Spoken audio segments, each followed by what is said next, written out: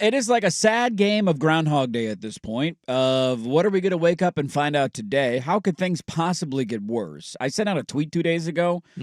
Just basically like every day I wonder how is it possible that things get worse for Oregon State and then somehow things get worse for Oregon State. And a lot of Beaver fans were like, yeah, man, it's pretty bad right now. It probably will get worse. And then yesterday it got worse again, not just in one way, in multiple ways. And I don't know how long this will go on for. I'm waiting for whatever news bomb we'll get today of like, oh, God, they didn't see that coming, and here we go again. So for those who missed it yesterday, there was a trio of stories around Oregon State athletics that just, here we go again. Their number one football recruit verbal commitment for the upcoming recruiting class.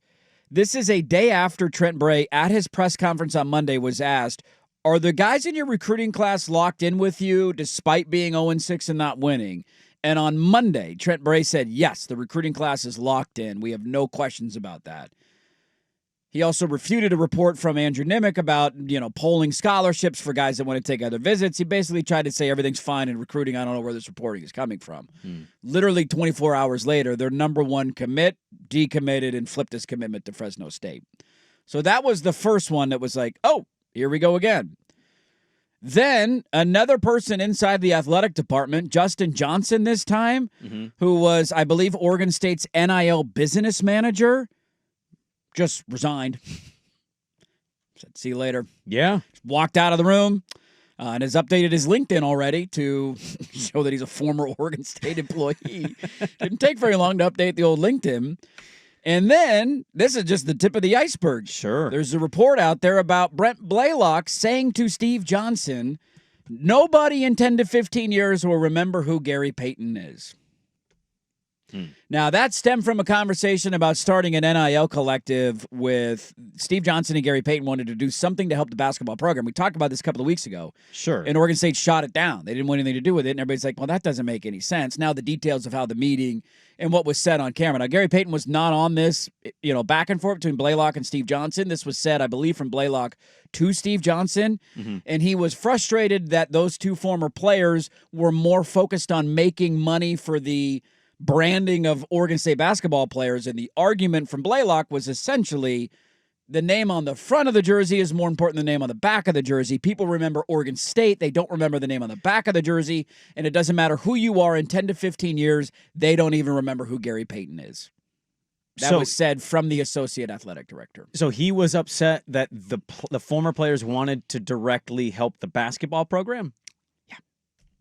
Didn't the guy come from Arizona? He did. Yeah, he did. What's the number one sport at Arizona? That would be basketball. What's like almost a cult for that university? That would be basketball. What is the whole point of the Blueprint Sports Partnership?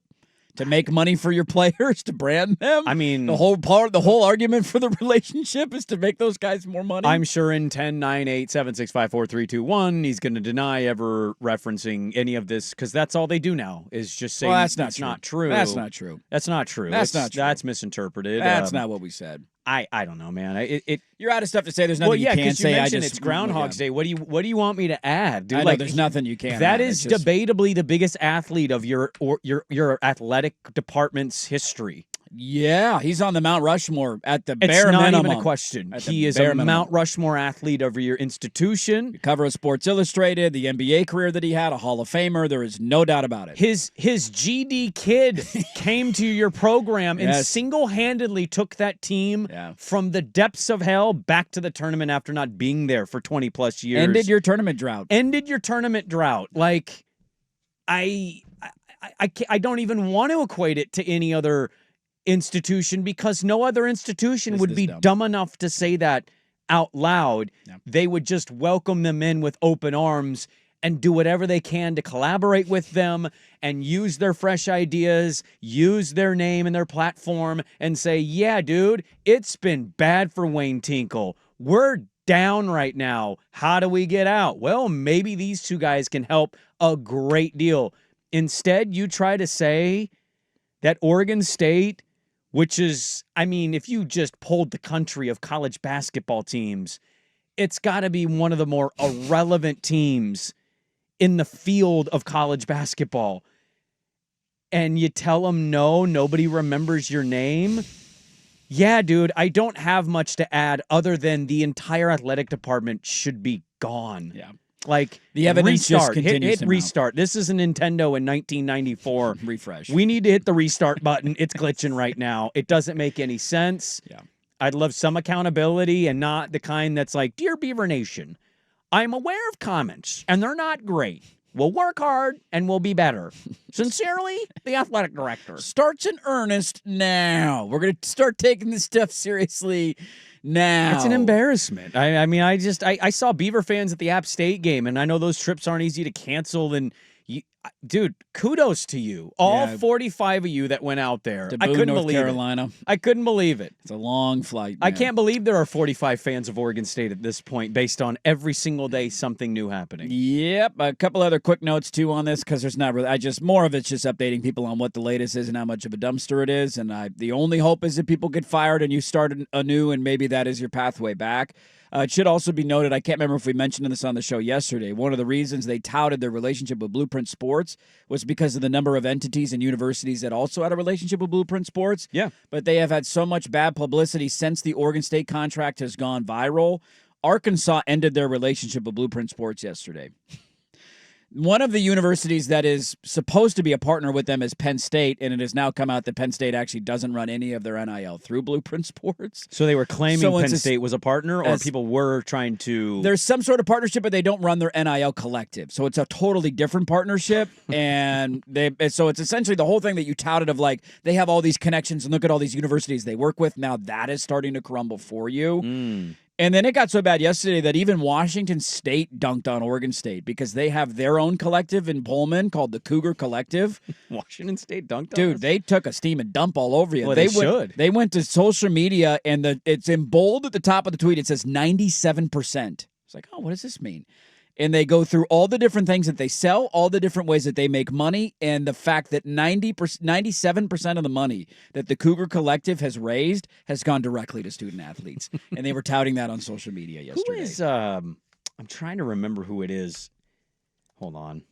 I do want to give a quick tip of the cap. Ryan Harlan has done a really good job covering this stuff. I have seen his reporting on that. He's done a great job. The Belligerent Beeves is a podcast. I want to shout both those guys out. Those they're are doing alums. They're alums. They're passionate fans. Oregon State. Yeah. They're filing Freedom of Information Acts to try and get documents. Like, they're holding their university's feet to the fire, which is exactly what you need to do in moments like this. And so a lot of the reporting has come from both those guys. And McCoy. That's the AD at Washington State. Yeah.